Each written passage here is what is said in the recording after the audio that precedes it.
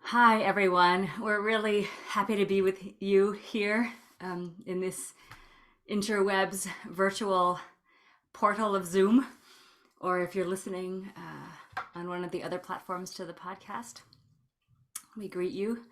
This is our very, very first inaugural Starter Culture podcast episode, and we're really excited and a little bit nervous and happy to drop in with you today. And my name is Sarah McFarland, and I'm here with Claire Milne, who is the co-founder of Starter Culture. And I'm so excited to be together to just have this time to to really introduce Starter Culture into the world. I know that it's been around for a while, but it feels like this kind of renewal, rebirth moment is happening at this time of year as the spring is gathering, the sap is flowing, and the buds are swelling, that there's this rebirth, renewal feeling at Starter Culture. So and part of it's this podcast, right? So of what's getting born into the world. So I'd love to just invite you to share with me and share with us, because I'm just joining Starter Culture officially about a month ago now. Month and a half.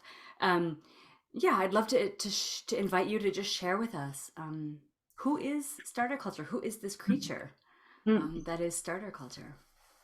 Thank you. It's wonderful to be here having this conversation, and it feels like it is a kind of there's an iteration of rebirth happening in you and others kind of jumping more fully in now. So I kind of feel like whenever I speak of what it is, who it is that Starter Culture is, there's something of a kind of constant process of iteration and reiteration and emergence. So I'm curious to see what words will come as to what's happening right now. And I love that is how we work, so emergently and honoring of what's been, but what's now and what's becoming.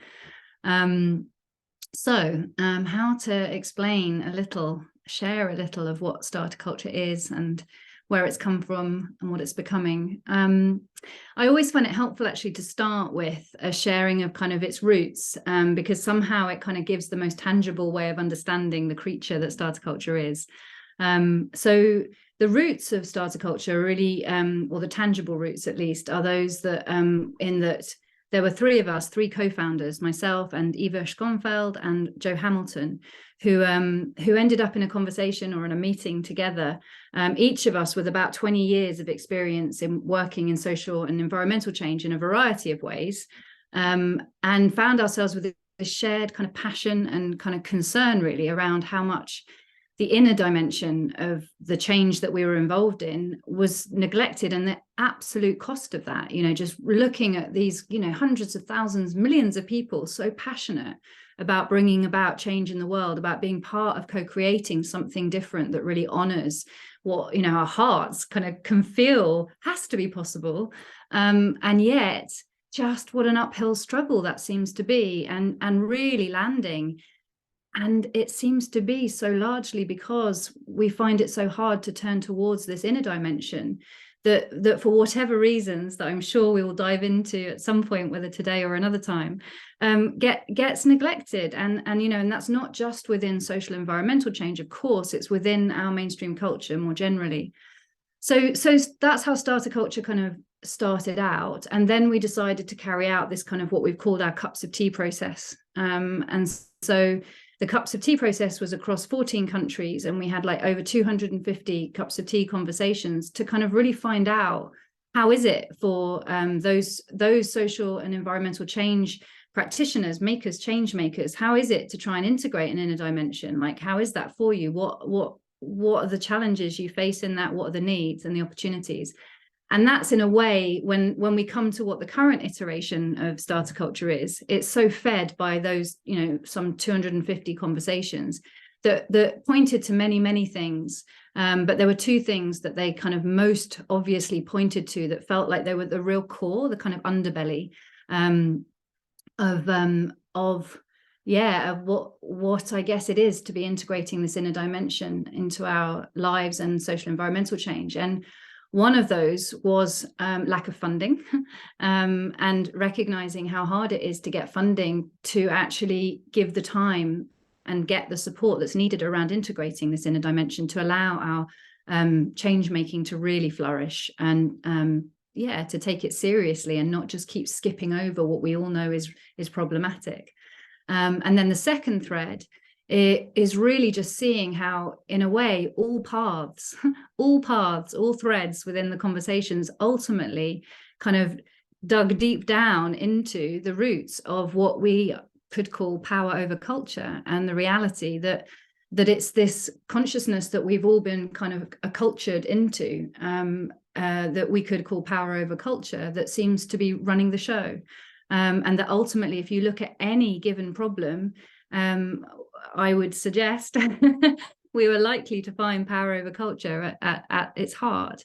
And so in a way, you could say that starter culture is a kind of a collective endeavor, adventure, experiment to shift consciousness beyond power over culture, and to do that within ourselves, and to do that kind of amongst ourselves and other humans, and just as importantly, to be birthing into consciousness that goes well beyond human centrism and recognizes our more than human reality, and that we're not just individuals, that we are inherently part of a wider web of life.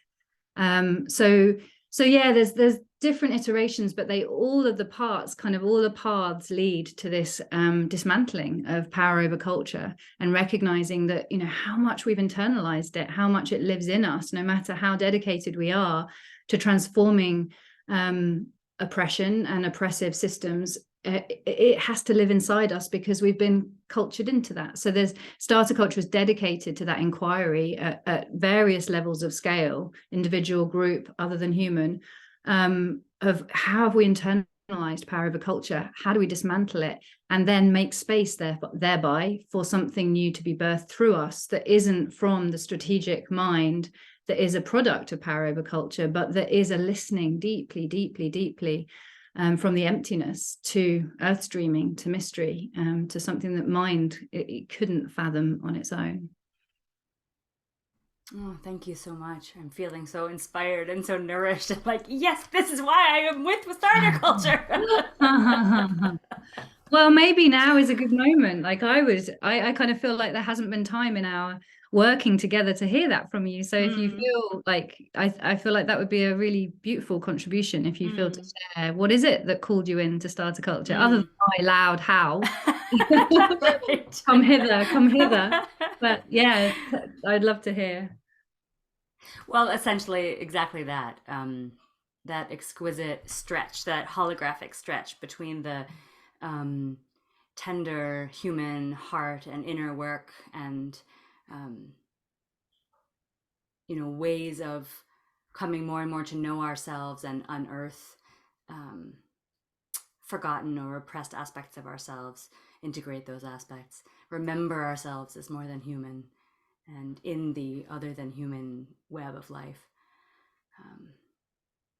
And that the stretch, the reach of that into right, and that in and of itself, that work in and of itself, with if we have that lens, is this shifting of consciousness, that could, if we're lucky, birth something new in the future. It's yet to be seen what will happen. We don't know what's up with collapse. And what did Vanessa Andreotti I was just listening to something on YouTube from her about hospicing modernity, where she said, we're facing the death of everything we know and love. And how to stand in that place of horror and loss and grief and beauty and love, and say yes to the transforming with. And for me, starter culture is a possible way of being exactly in that place. In that place of, we can't do this alone, right? We need to build community to heal the civilization trauma of separation, weaving community together, and including with other than humans, and also doing this work. And for me, that's just it was like a clarion call of what I myself was feeling mystery calling me into the world and into my life and into my work. Um, and starter culture was like, here, here's a home for that work. Come join us. Yeah. So it just felt like it was ultimately because, the resonance of your howl with mysteries call, of how I'm supposed to show up in the world and the gifts I'm to bring, just felt so resonant that I could do that. I could fulfill mysteries' invitation or call to me within the liberating structure of starter culture because of its dedication to shifting consciousness. Yeah. Yeah, thank you. It's all, I always find it so expansive to kind of receive other people's relationships with starter culture and what it is that particularly resonates, because somehow it expands starter culture, even though the alignment's already there. It's like, oh yeah, it just got a bit bigger, a bit brighter, a bit bigger. Yeah. And what you just ended with there around the kind of shifting or expanding consciousness, it feels like more and more they're the kind of boots that starter culture is realizing that it's filling. And it's kind of, such deep blessings and gratitude to our elder Joanna Macy, who kind of framed this, just how the piece around shifting consciousness is so, is key to being able to deliver on the other ways of going about change that are, outer focused. And it feels like starter culture's contribution is to really make tangible, what is it? What does this shifting consciousness, this expanding consciousness, what does that look and feel like? And what is it and what is it not? And what are the costs of not attending to it? And what's possible when we do?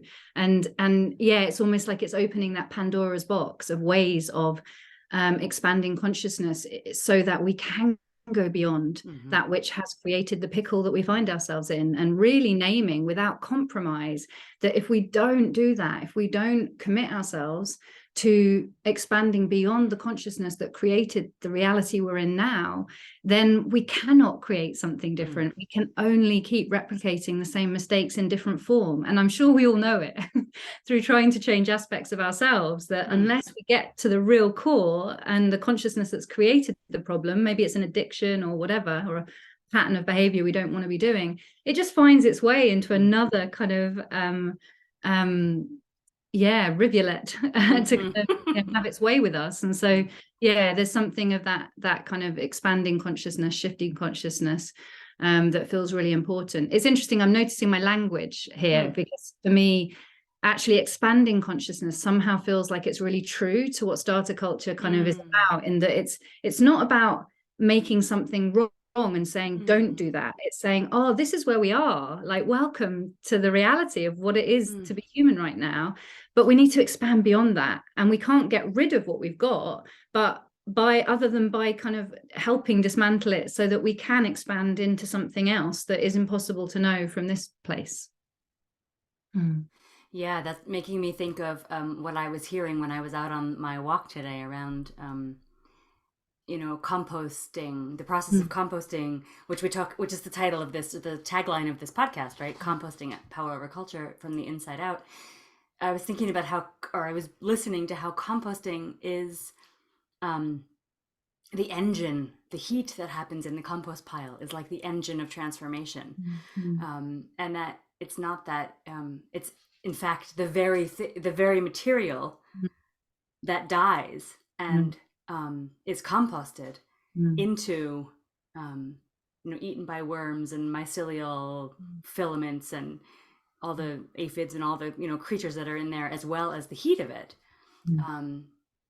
are actually transforming it into something that's nourishing and able to grow the seeds of the future. Yeah, and I'm remembering that when you named that part of the heat, the transformative energy of composting, the other thing you said, and I wrote it down because I loved it, was death is the invisible heart of renewal. And I was just like, yes.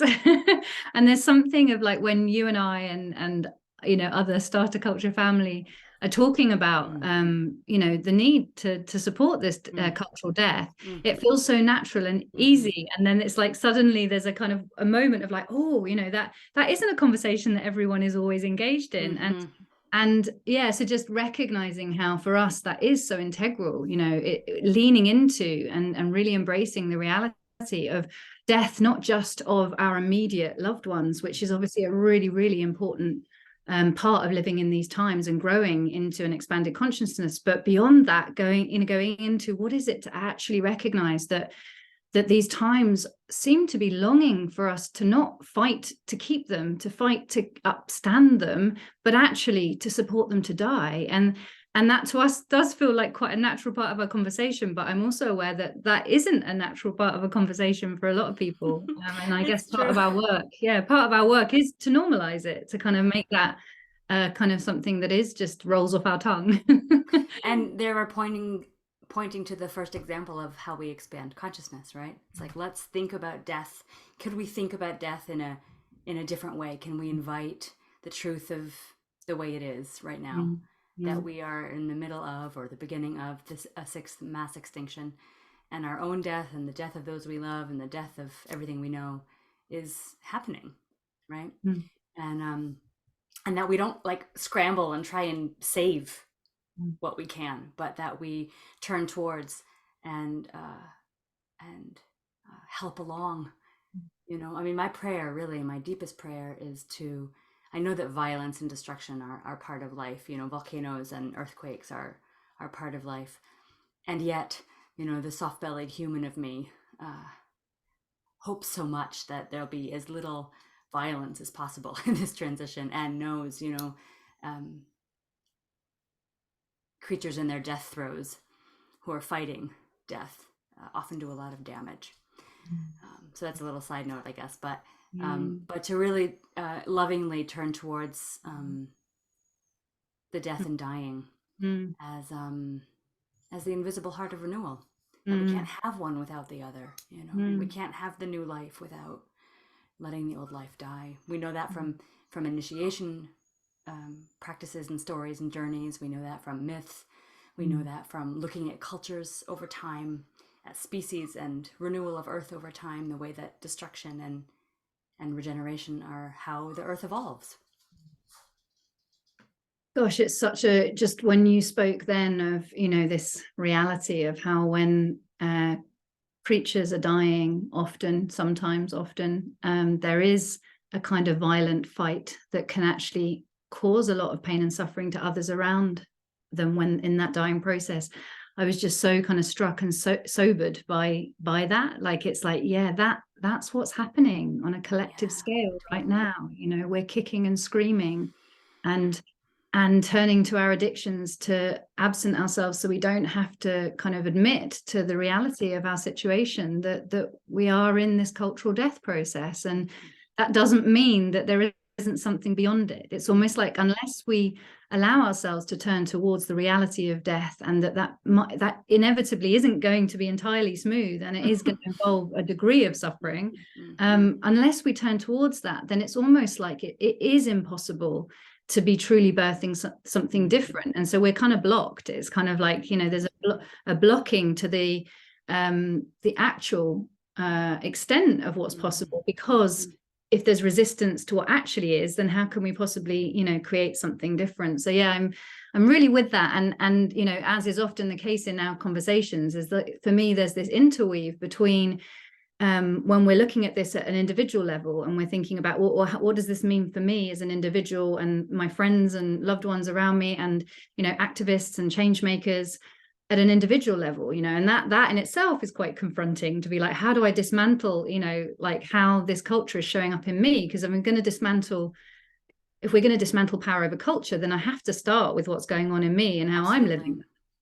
And how do we do that in our groups and in our organizations and in our movements? Because that to me feels like it's, I know from, I suppose, living it through starter culture, it's this realization of how ingrained actually this power over culture is within our organizations, and how so much we perceive that they're future depends on a perpetuation of that, of elements of that power over culture. And you know, in our conversations, often there's a kind of like process where there's a part of me hanging on to like, no, but we have to keep that bit. Like I couldn't possibly kind of go and do that in organizations because that's just too much or something. And then you're always very skillfully kind of like, maybe it might be power over culture showing up in you, Claire. With so much love. With so much love and, you know, gratefully received. And it, you know, it's just such a rich dance to kind of be like, do you know what?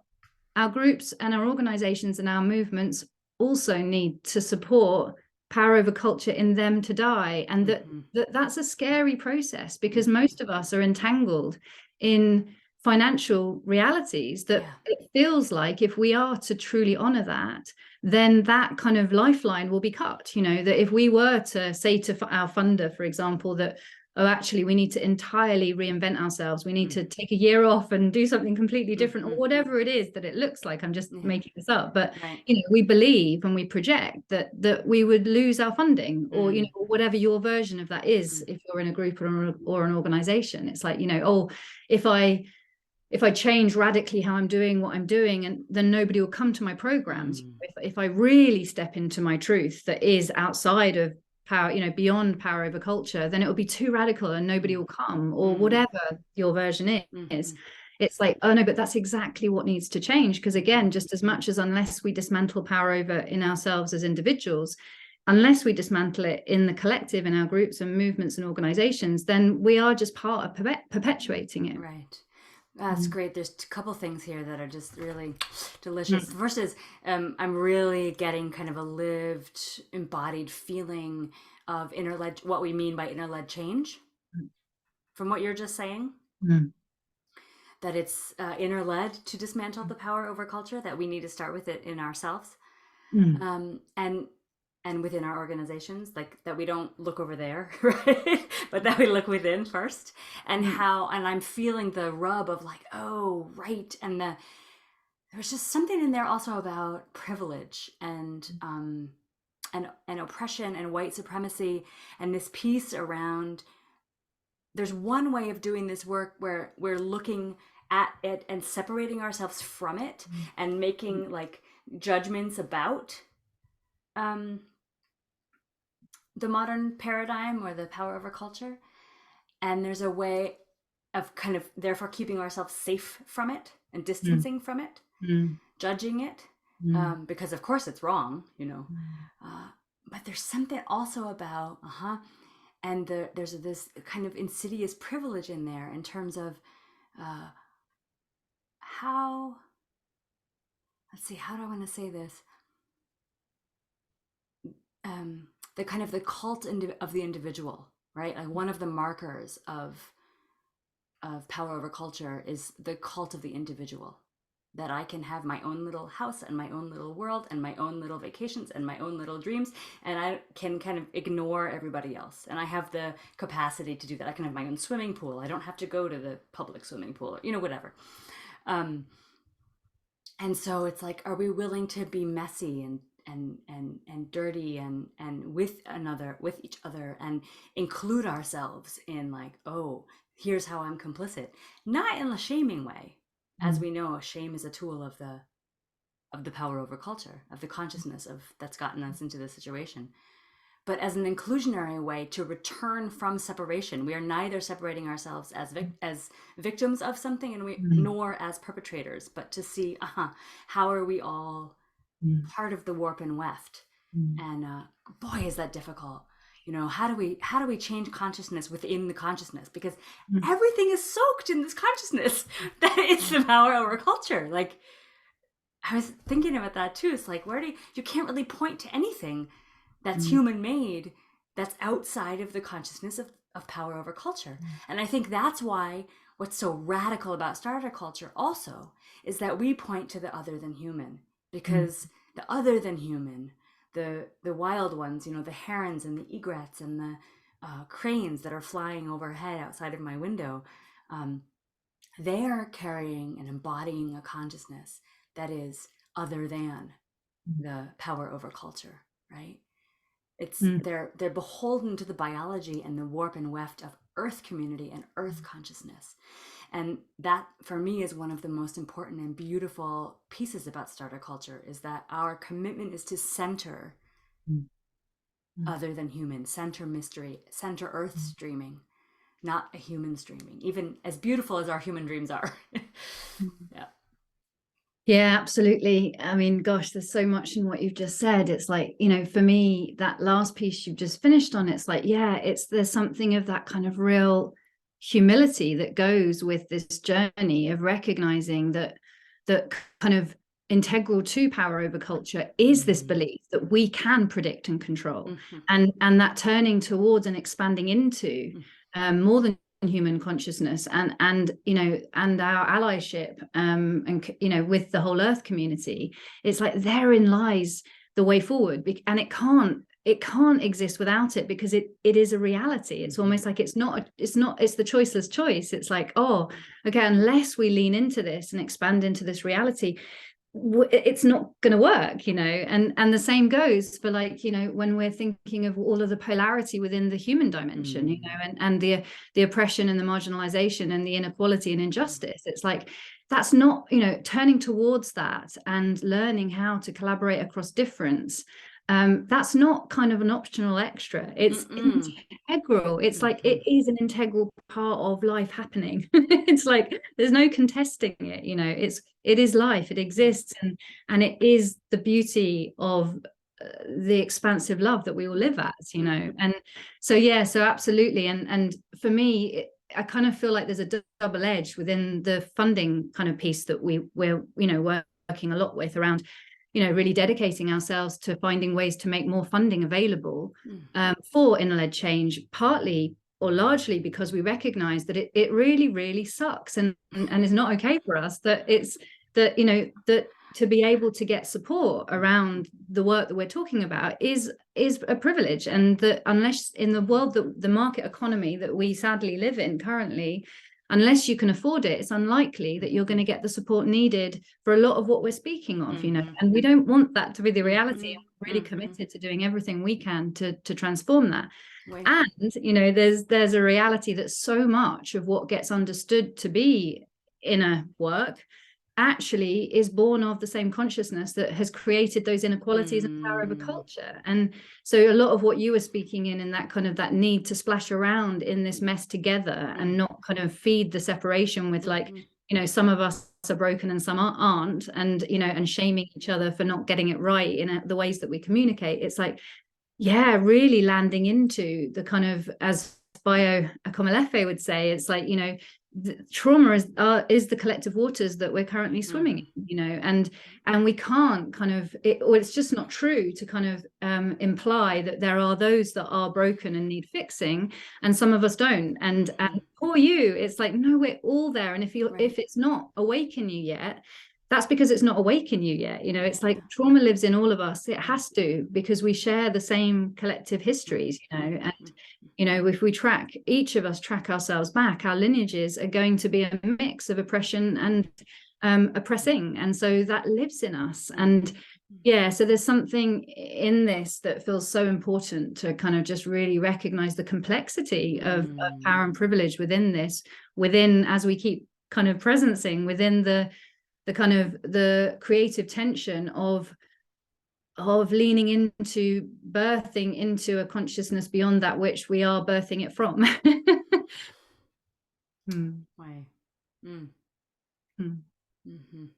I just want to make space for that for just a moment here, because that was yeah.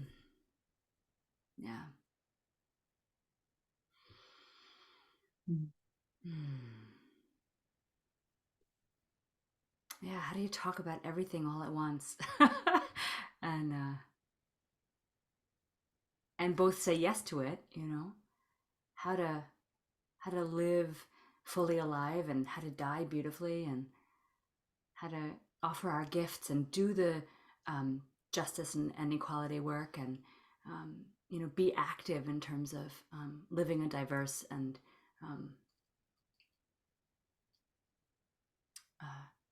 other than human honoring life in the human community as well. and at the same time, and do our inner work, and at the same time, have this kind of meta perspective of here's what we're really up to. We're really up to participating in this dying that's happening, and the hope there of or the trust or the faith in Earth's cyclical death, rebirth, capacity of renewal and evolution, and not knowing if humans are going to be part of the future evolution. We have to say yes to this without any guarantees of anything.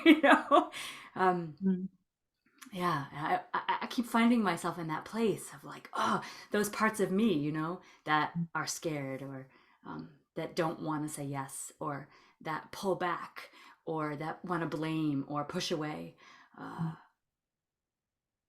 because it's it's big. It's really, really big.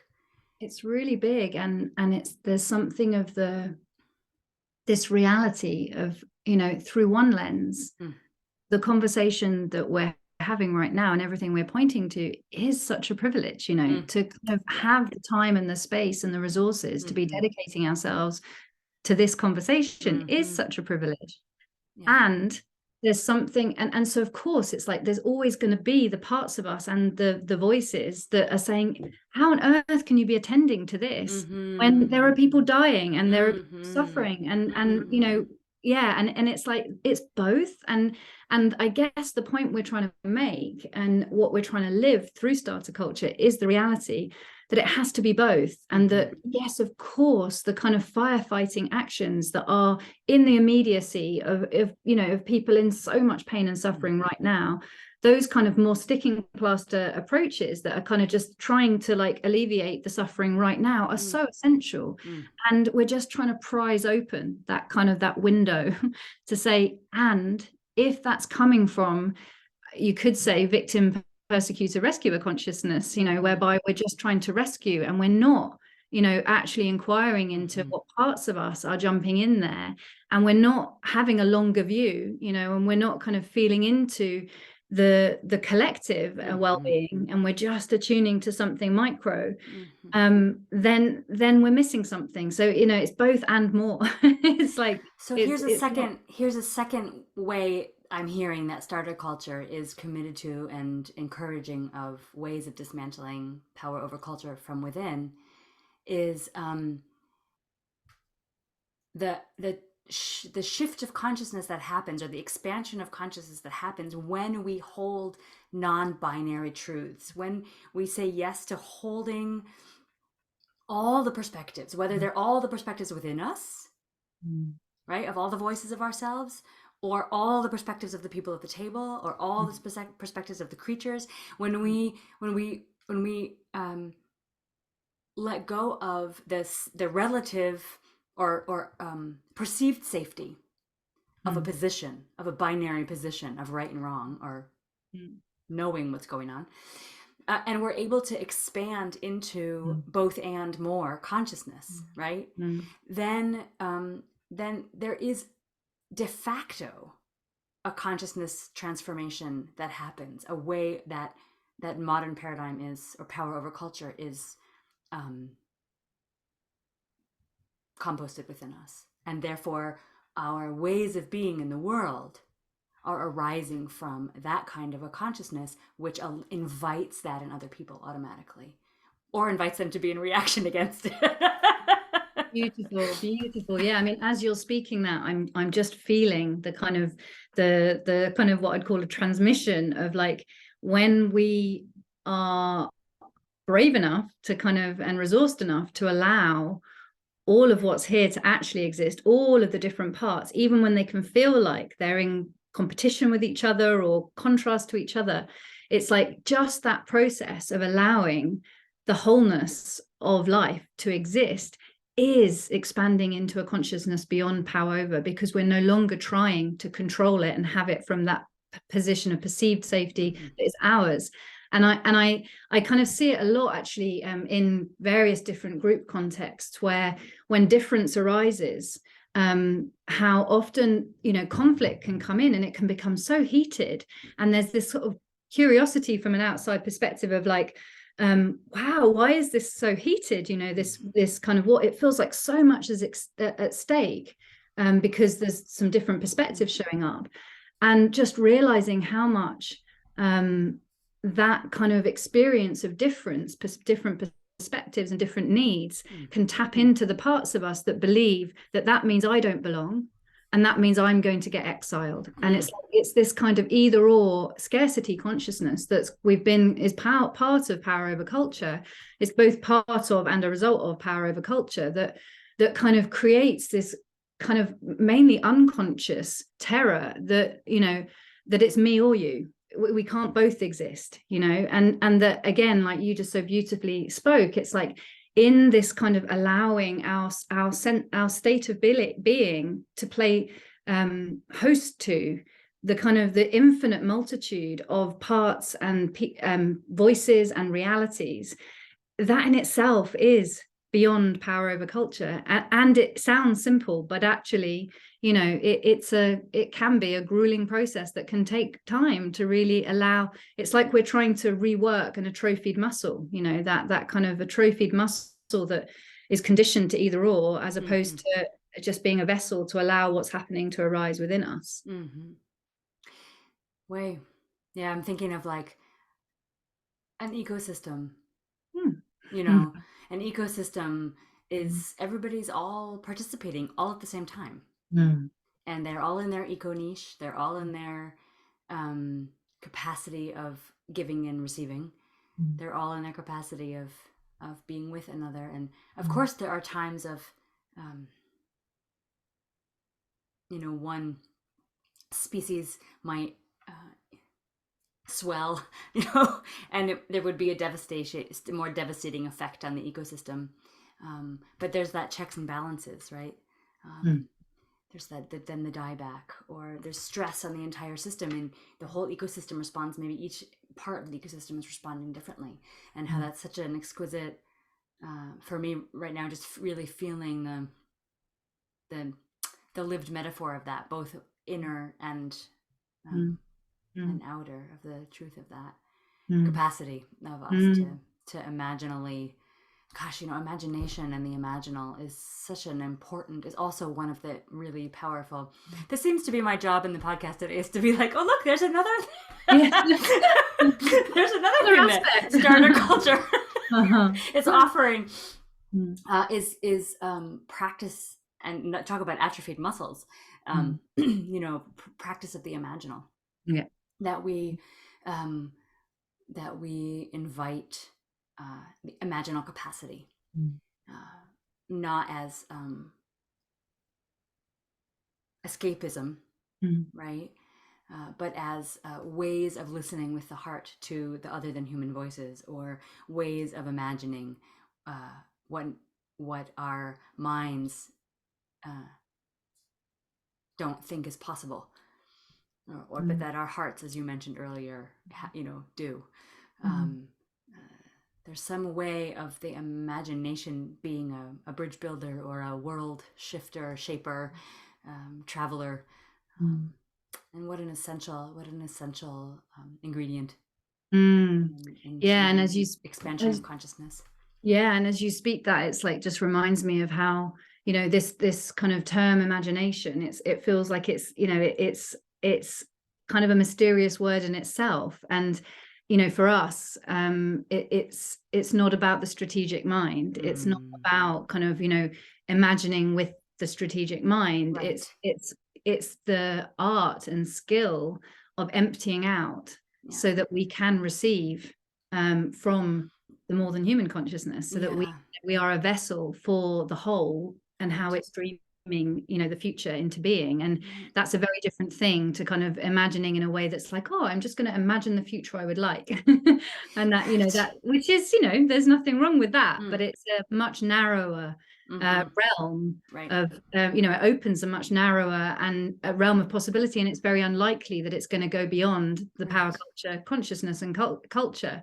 Whereas, when we do the work, which is what starter culture is about, this expansion of consciousness, when we do the work, that we are genuinely able to empty out, not an idea of emptying out, but a really genuine emptying out, that we can be the space in which life is emerging, then something else comes through, and then deep imagination reveals itself to us, and we're taken by utter surprise. And it's a left field kind of response. And so something of that, like you say, that being integral to what starter culture is about, and that to be able to do that, we really need to, talking about atrophied muscles, we need to lean into these other windows and ways of knowing, so that it's not just the strategic mind. And this is massive for both of us. I know it's like, it's we're not just saying other people need to do this. It's been huge work for us because we both have very sharp strategic mind. But what is it to like lean into the felt sense of the body, and what moves through the body, and what moves through the heart as feelings, and what moves through the wider whole as the deep imagination. So it's like, without all of those kind of faculties of being, then ironically the emptying out can't happen. Gorgeous. I want to pick up this word emptying out, because you've said it a few times in the last moments, and I want to unpack that a little bit, because that feels important to say here. I mean, several things, and please correct me or add to what I say, but that it's not about getting rid of a part of ourselves, right? I mean, I know you know this, but I'm that it's not about emptying out. Is not about getting rid of parts of ourselves, or suppressing, or denying, or throwing out, or any of those things. It's a more of a I would say two things, right? And again, add if what I've missed. One is our capacity to disidentify or identify with the largest, most expansive part of ourselves, the most compassionate, curious, big, loving part of ourselves, and disidentify with the parts of ourselves that are in the wounding or the protective strategies, right? For me, that's one aspect of the emptying out, is like, can I expand into the biggest stretches of me, which of course doesn't really ever end. It just kind of moves into ecosystem. But that place, that, can I expand to that place where I become ecosystem? Is how I think of it. And the other thing is, can I integrate, love, welcome home the previously exiled or suppressed parts of myself, to acknowledge ways that I'm conditioned and part of the power of a culture, ways of trauma and wounding, all the parts that are the ones that tend to react with power over culture habits or strategies, or that's enough. And choose to align ourselves with more mythic, more other than human, more resourced parts of ourselves. Yeah, beautiful. I love that you've initiated a kind of unpacking of this term, and there's probably a billion terms that we could do this for, kind of quite helpfully. But yeah, just to kind of embellish on that, I guess, or riff off that. Yeah, absolutely everything you've said. And I guess the layer that I would then bring in, it's almost like what you're naming to me kind of is almost, it's that kind of it's rebuilding that muscle to be the witness. And it's not enough to have an idea of the witness and watch. It's like we actually need to viscerally experience those parts and and be embodied in those parts. And the more we're on that journey, the more we see. And because there can be this idea that the more we're on the journey, the less will show up because we've kind of transformed more. But it's like, no the more we're on the journey, the more shows up. And usually I so wish that were far more true. Like, No, it just gets kind of harder and harder to kind of digest, because they're more and more exiled for good reason, those parts. So yes, to kind of what I would call almost that kind of observer witness place of that, the kind of wild allyship to kind of these parts that we've marginalized, that our culture, our power over culture, has conditioned us to marginalize, and the kind of welcoming them back home. And then for me, the other layer of emptying out, which feels like it's almost like it goes hand in hand in a way with what's necessary, is this kind of embodied kind of visceral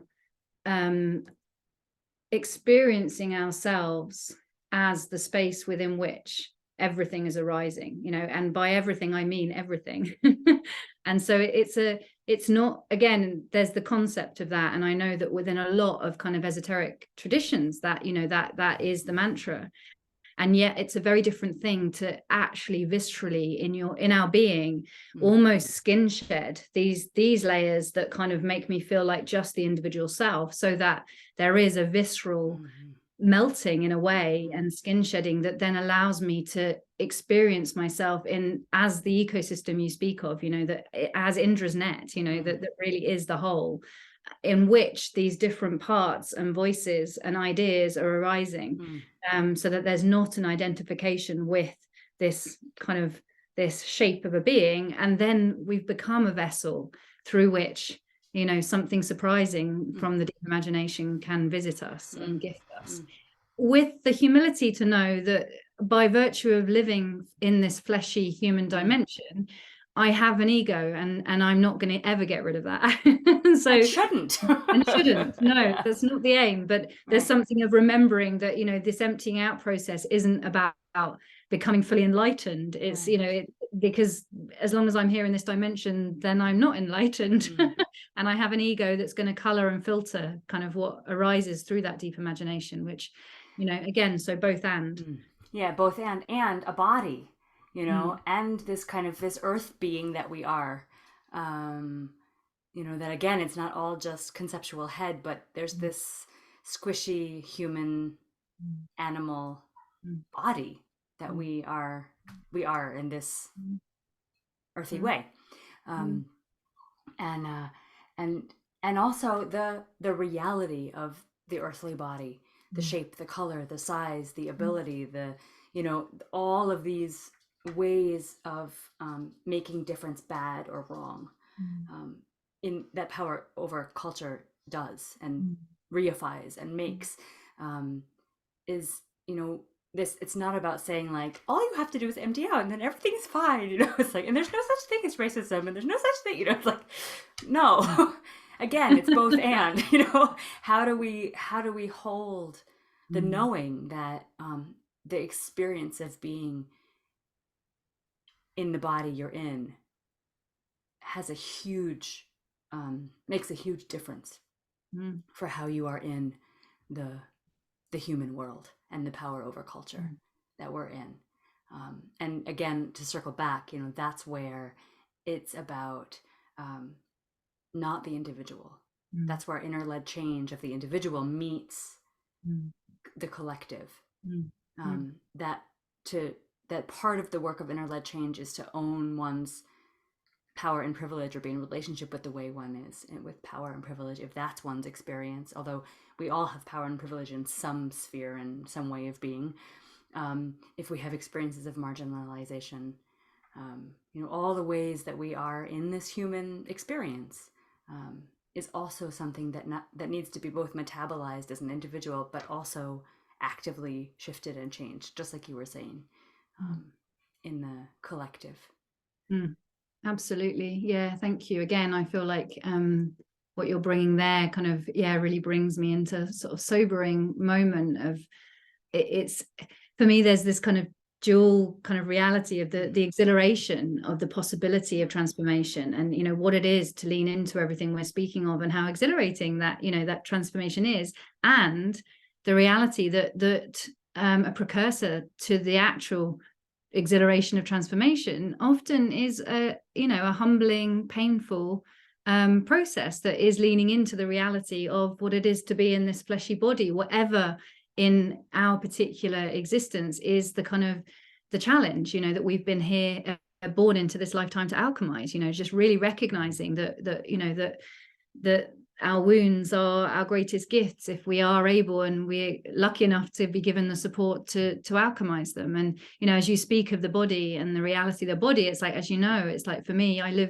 have lived for 25 years with a chronic health condition. That means that living in this body isn't that easy for me, and a lot of the time I'm in a lot of pain and difficulty. And so I want to include that as a kind of like I suppose just to include that, you know, we both, you and I both, have our own versions of kind of what it is to really struggle, and to you know, to know that everything we're speaking of comes with great challenge, and that life is a balance in that way. And yeah, body as portal is what, you know, really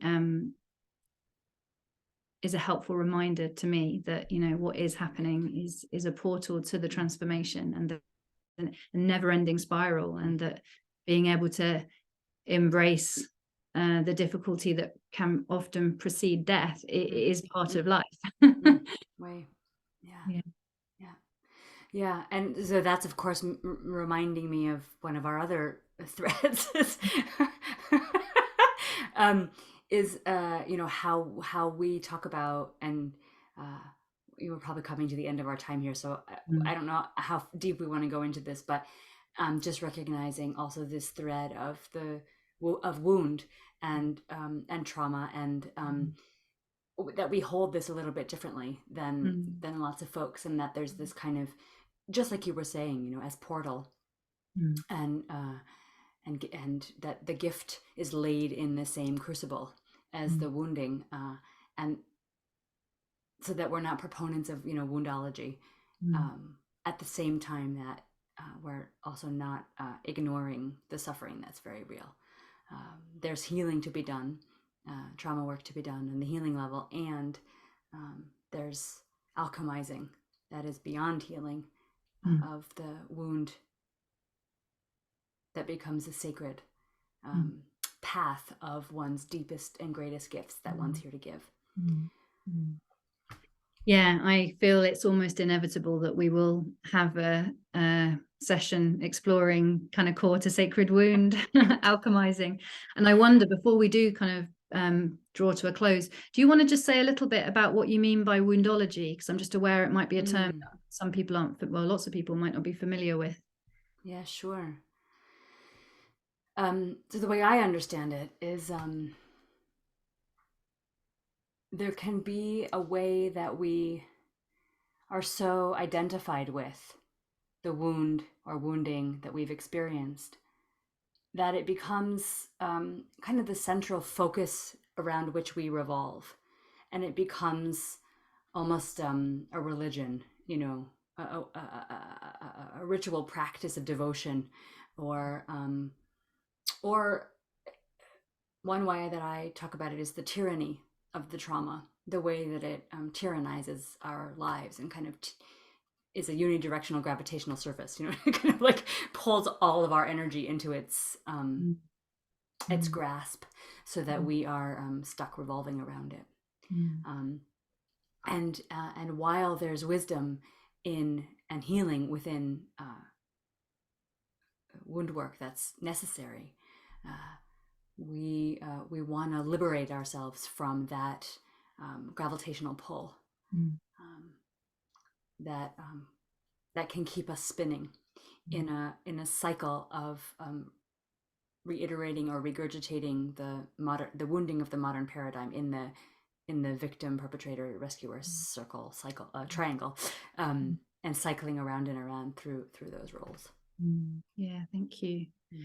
Yeah, I mean, hearing you and the way you're explaining it, it's reminding me that, yeah, I mean, one key piece there is that, you know, this culture of woundology, it's like it shines the light on the paradox of trauma, in that, you know, trauma does have this kind of function inherently within it, that when trauma shows up in our system, it makes us become fixated on it, you know, and it's part of its nature. And yet expanding consciousness and transforming trauma or we could call it awakening, or we could call it liberation or co-liberation. It's like the paradox is, can we wake up in that moment and not get fixated, even though the very nature of trauma and suffering is to get fixated, and at a very neurobiological level. And so it's like, it's that kind of impossible mission that is the transformation, and is not just a kind of waking up at the individual level, but actually is the key to co-liberation beyond the paradigm we're living in, that makes that kind of paradox of consciousness a reality. It's like, so yeah, so I mean, gosh, we're diving deep right here at the end, and watch this space. This is a much bigger conversation, the paradox of trauma and karmic imprints. It's like, yeah, we'll get stuck into that another time, give it more space. Yeah. Well, I think all the threads we've been weaving have been quite meaty. I think we could dive into each one of them. And I'm really grateful that we've touched on these, because they're such essential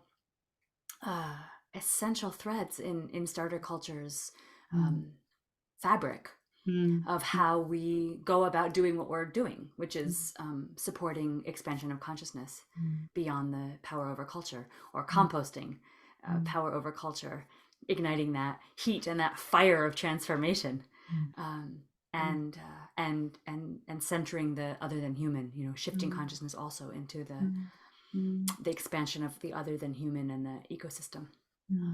So all of these elements that we've been speaking of are so, for me, are so essential in the fabric of the core of what we're up to.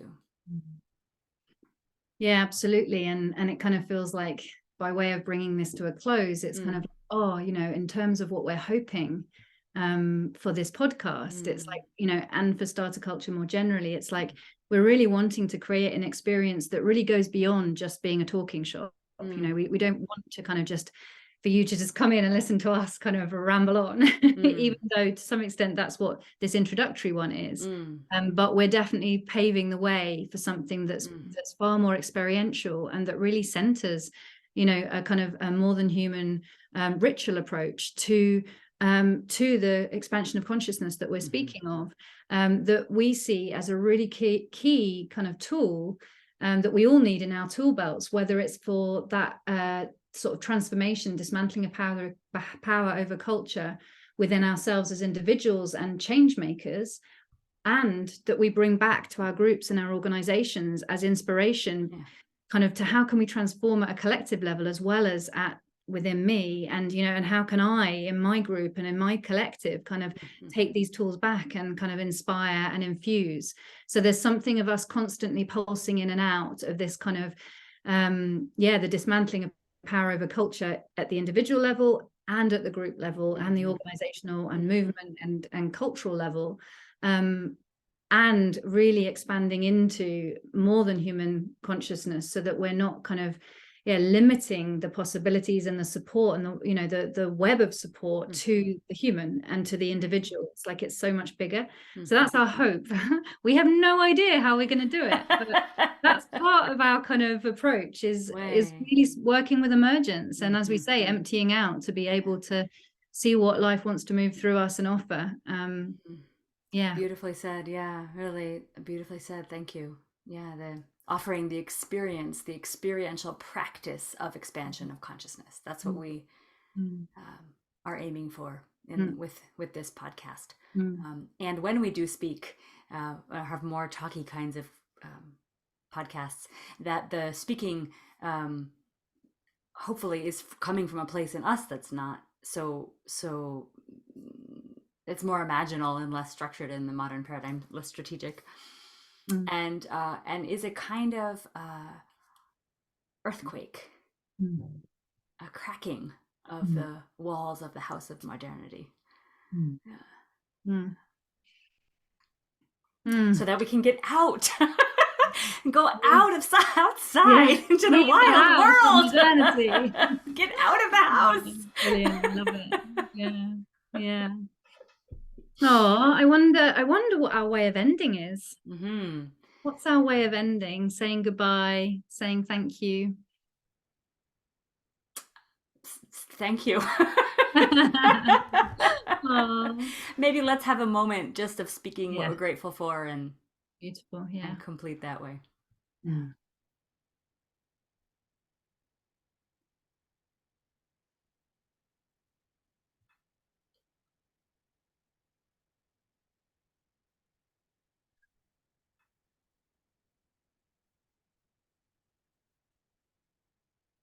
Mm. Mm. Mm. Shall I start? You may, or Yeah. great. Yeah. Mm-hmm. So yeah, I mean, my heart is welling up with gratitude for just, yeah, for you, Sarah, for the conversation, and kind of, I guess, the love that births in my life and my heart, and that it allows me an opportunity to grow and expand and have these kind of expansive conversations that I become more than me, and more than I started the conversation as. And and an extension of that would be, I just, gosh, what gratitude for the kind of the challenge that has led to me being in a position that I'm hopefully able to offer some some kind of words and gifts in the world that can be of support to others, and so giving gratitude to my challenges and to the difficulty that kind of makes room for the earthquake of transformation. I'm so grateful to you for giving me a place as a death doula for the great dying to do my work. And the image that I received when I was listening in was I'm grateful for the molehills out on the meadow, and that in each molehill today, this dark, black, loamy, sandy earth, in each one was a little snail shell, little mini snail shell. And I just had that image of like, oh, there's something coming up from the depths, and this gift of the little spiral life within, like a seed. Very slow life. Very slow life. In its cocoon. Beautiful. Thank you, my dear. Yeah, thank you. And thank you to everyone who's listening out there. We hope that this has somehow landed on fertile soil, and that we'd love to hear any feedback you want to share, and that you'll join us again. Exactly. You can write us an email at hello@starterculture.net if you want to say something to us specifically, or leave comments on the podcast, underneath the podcast, wherever you're seeing it and listening to it. Thank you so much for you, dear Claire, and thank you so much for listening, all of you. We feel you.